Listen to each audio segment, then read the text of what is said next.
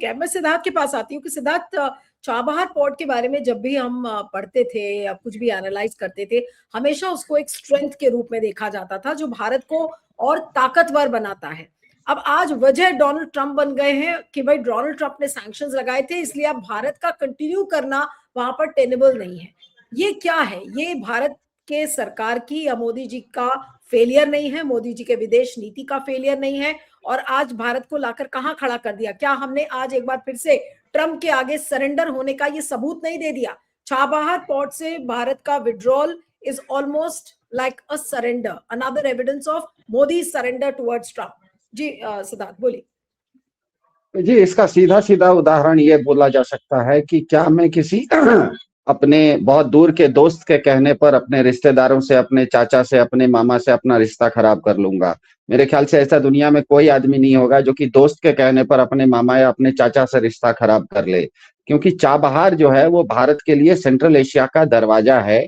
Central Asia से भारत का संबंध इतना पुराना है कि हम अपने आप को अगर हिंदुस्तान कहते हैं तो सेंट्रल एशिया के दोस्त कोई अपने आप को, वो लोग भी अपने आप को स्थान कहते हैं। कोई ताजिकिस्तान कहता है, कोई उज्बेकिस्तान कहता है, कोई कजाकिस्तान कहता है, कोई अफगानिस्तान कहता है।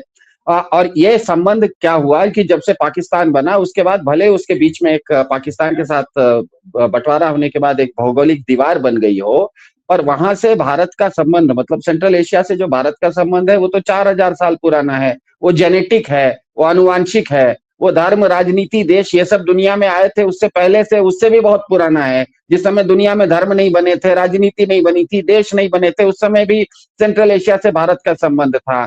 जेनेटिक टेस्टिंग बताता है कि उत्तर भारत के 45% लोगों में सेंट्रल एशिया का जीन है और दक्षिण भारत के भी 10% लोगों में सेंट्रल एशिया का जीन है। और इतना जीन है कि वहां के नाम अभी भी यहाँ पर उपयोग होते हैं। हजारे जो नाम है वो सेंट्रल एशिया का नाम है। जो शाह शाह करके नाम होता है, जिसके नाम के आगे भी शाह लगा रहता है, ये सब सेंट्रल एशिया में भी यही पाए जाते हैं। तो आज भी हिंदुस्तान के लोगों के नाम अगर वहां से पाए जाते हैं, तो ऐसे में यदि भारत ने हाल में ईरान को 1000 करोड़ रुपया का दंड देकर चाबहार बंदरगाह पर अपना कंट्रोल छोड़ दिया, तो ये कहाँ की समझदारी है? किसी एंगल से समझदारी नहीं है। क्योंकि हम सबको पता है कि 21वीं सदी जो है वो ऊर्जा की सदी है, क्योंकि विकास माइनस ऊर्जा इज इक्वल टू 0। आप कोई भी विकास करना चाहते हैं, वहां पर अगर ऊर्जा नहीं है, आपके पास एनर्जी नहीं है, तो कोई विकास नहीं हो सकता। विकास के लिए ऊर्जा जरूरी है।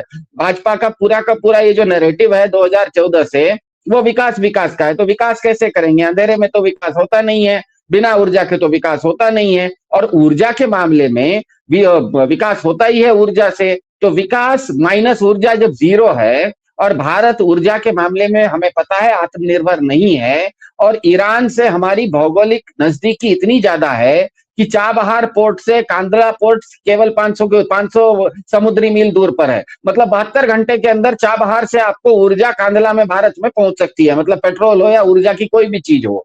ऐसे में आपने 1000 रुपए पहले तो दंड दे दिया ईरान को, क्योंकि हमने आपके साथ एक डील किया था चाबहार पोर्ट का, अब हम उसको पूरा नहीं कर सकते, इसीलिए आपने वो कॉन्ट्रैक्ट पूरा नहीं होने के एवज में कॉम्पनसेशन दे दिया और हाथ जोड़ के नमस्कार करके वापस आ गए। वो किसके कहने पर? 7 समुंदर पार कोई गोरा बैठा हुआ है ट्रंप नाम का, उसके कहने पर। ये तो ऐसा ही हुआ कि मैंने अपने किसी दोस्त के कहने पर अपने चाचा से, अपने मामा से, अपने भाई से झगड़ा मोल ले लिया। तो इसमें तो दोस्त तो बहुत दूर है, वो तो आएगा या नहीं आएगा। जो मामा चाचा आपके रिश्तेदार थे, जो आपके साथ सुख दुख में साथ खड़े रहते थे, वो भी हाथ छोड़ देंगे।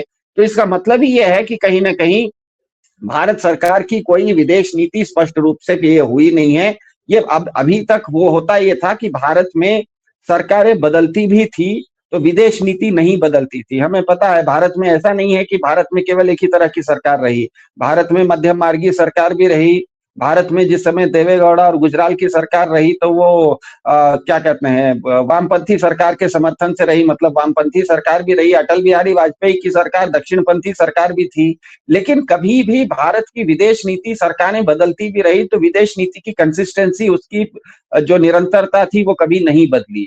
आश्चर्य यह है कि 2014 के बाद से, जब से मोदी सरकार आई, उन्होंने भारत की नीति को भाजपा की नीति कर लिया। अब ये भाजपा के लोग अगर ट्विटर पर कुछ बोल देते हैं कि हमको शाह को, देखिए ईरान के साथ जो हमारे संबंध थे या सेंट्रल एशिया के साथ जो हमारे संबंध थे, वो वहां के शासन के साथ नहीं होते हैं। हमारा संबंध वहां के लोगों के साथ होता है, क्योंकि हम जेनेटिकली अगर किसी के साथ संबंध रहता है तो हमारा अगर किसी के साथ जेनेटिक संबंध है, मेरा भाई है, मेरे भाई के साथ अगर हो सकता है मैं और भाई अलग अलग रहते हैं, अलग अलग घरों में रहते हैं, उसका हमारा बहुत मामलों में शायद बनता नहीं है, मेरा उसका बैंक अकाउंट अलग है, उसका उसका पैसा मैं नहीं लेता हूं, मेरा पैसा वो नहीं लेता है, फिर भी वो मेरा भाई है और मेरे सुख दुख में वो मेरा साथ देता है।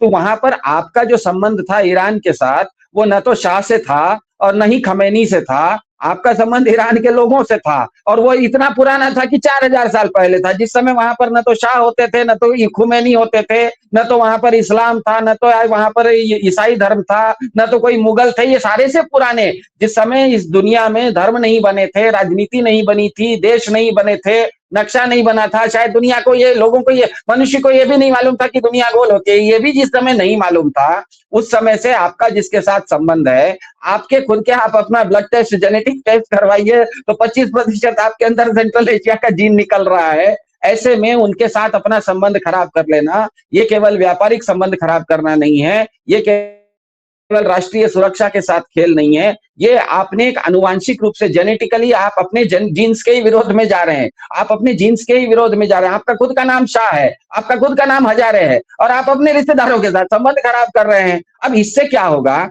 आप जो अपना विकास का जो डंका पीट रहे हैं, वो विकास ऊर्जा के बिना कैसे हो सकता है? ऊर्जा के बिना तो कोई विकास नहीं हो सकता। और आपके लिए, क्योंकि आप खुद ऊर्जा के मामले में आत्मनिर्भर नहीं है, भारत के लिए सबसे नजदीक ऊर्जा का जो स्रोत है वो हमें पता है ईरान के आसपास, ईरान में बहुत ऊर्जा है। और जिस तरह से देश पांडे जी ने कहा कि जो बाकी स्थान है ईरान से ऊपर, जो दूसरे दूसरे स्थान है, तजिकिस्तान, उज्बेकिस्तान, वहां पर रेयर अर्थ मिनरल्स है, मतलब वो भी ईवी में, इलेक्ट्रिक व्हीकल में वो सब भी काम आते हैं, मतलब वो भी ऊर्जा का स्रोत है।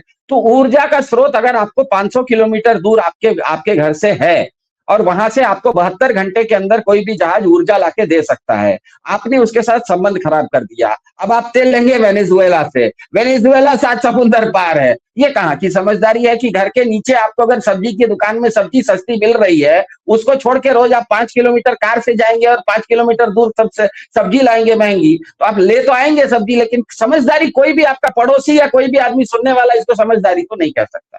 अब मैं सिद्धार्थ के पास आती हूँ। सिद्धार्थ, आज एक तरीके से ऐसा नहीं लग रहा कि अपनी जो उपलब्धियां थी उसी पर मोदी जी ने पानी डाल दिया? जी, सबसे बड़ा सवाल यही उठ जाता है कि ऊर्जा का, किसी को भी ऊर्जा का महत्व क्या है वो देखना है तो दुबई, दोहा या अबू धाबी जाकर देख लीजिए।